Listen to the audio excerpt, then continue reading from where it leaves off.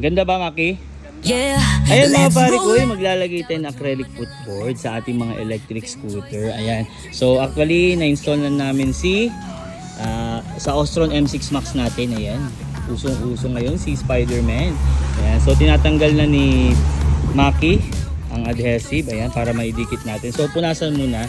So may dalawa kasi, depende sa pagkagawa ng acrylic, adhesive type or screw type. So lalong popogi ang ating mga electric scooter nito. Ayan o.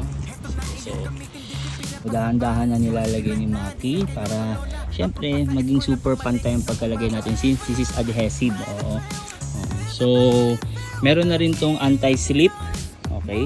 So huwag kayong mag-alala dahil mabasa man siya, mas lalo siyang didikit sa ating mga paa, nakasapatos man ng tsinelas. Ayan o. Poging-pogi o. So this is Ostron M6 Max. Ayan, naka Spider-Man. And then ang ating Ostron M4 Max naman, naka Vintoys logo. Ayan. So this is owned by Ma'am MJ. Mga few months ago niya ito na-purchase sa atin. Then ngayon lang niya nilagyan ng acrylic footboard. Ayan. Ganda ba, Maki? Ganda. Ang ganda. Nice one, mga pare ko.